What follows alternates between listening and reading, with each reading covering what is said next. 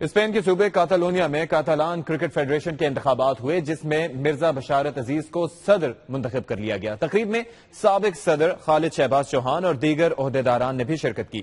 دیکھتے ہیں قمر فاروق کی رپورٹ۔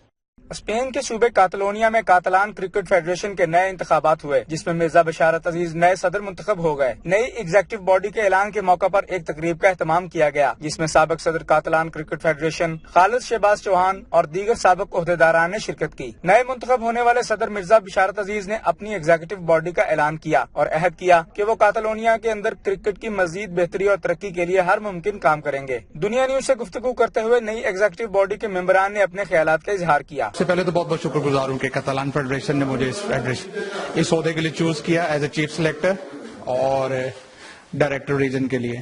جتنی بھی رسپانسبلٹیز مجھے دی گئی ہیں آبویسلی تہ دل سے اور ایمانداری سے اس کو نبھانے کی کوشش کروں گا، کیونکہ ایک عام چیلنج نہیں ہے۔ میں نئی آنے والی باڈی اسپیشلی مرزا بشارت صاحب کو، ان کی ٹیم کو، جس میں میں خود شامل ہوں، وائس پریزیڈنٹ صغیر صاحب، فائنانس سیکرٹری سجاد الخان صاحب اور ہمارے نئے ڈائریکٹر کاتالان نامدار اقبال صاحب، سلیکٹر جناب فاروق صاحب، میں ان سب کو ویلکم کہوں گا اور امید کروں گا کہ ہم سب مل کر پہلے سے زیادہ اچھا کام کریں گے۔ سب سے پہلے میں اپنے تمام اس ٹیم کے جو ہمارے ساتھی ہیں ان کو مبارکباد دیتا ہوں، اور جو ہمیں اس نئی فیڈریشن میں جو ذمہ داریاں ملی ہیں، ہم پوری کوشش کریں گے کہ ان کو اپنی پوری ایمانداری کے ساتھ نبھائیں اور کرکٹ کے لیے بہتر سے بہتر کام کر سکیں۔ بھائی بشارت اپنا کتالونیا دے بنے نے پریزیڈنٹ بنے نے تے اپنا آپ ہی چاہاں گے بھی وہ کتالونیا دے اندر اچھی تو اچھی کرکٹ دکھان تے کھلان، ہر پلیئر نو اپنی پوری سپورٹ دین۔ کاتالان کرکٹ فیڈریشن کے 9 منتخب عہدیداروں نے اس عزم کا اظہار کیا کہ وہ کاتالونیا میں کرکٹ کی بہتری کے لیے اپنا بھرپور کردار ادا کرتے رہیں گے۔ قمر فاروق، دنیا نیوز، بارسلونا، اسپین۔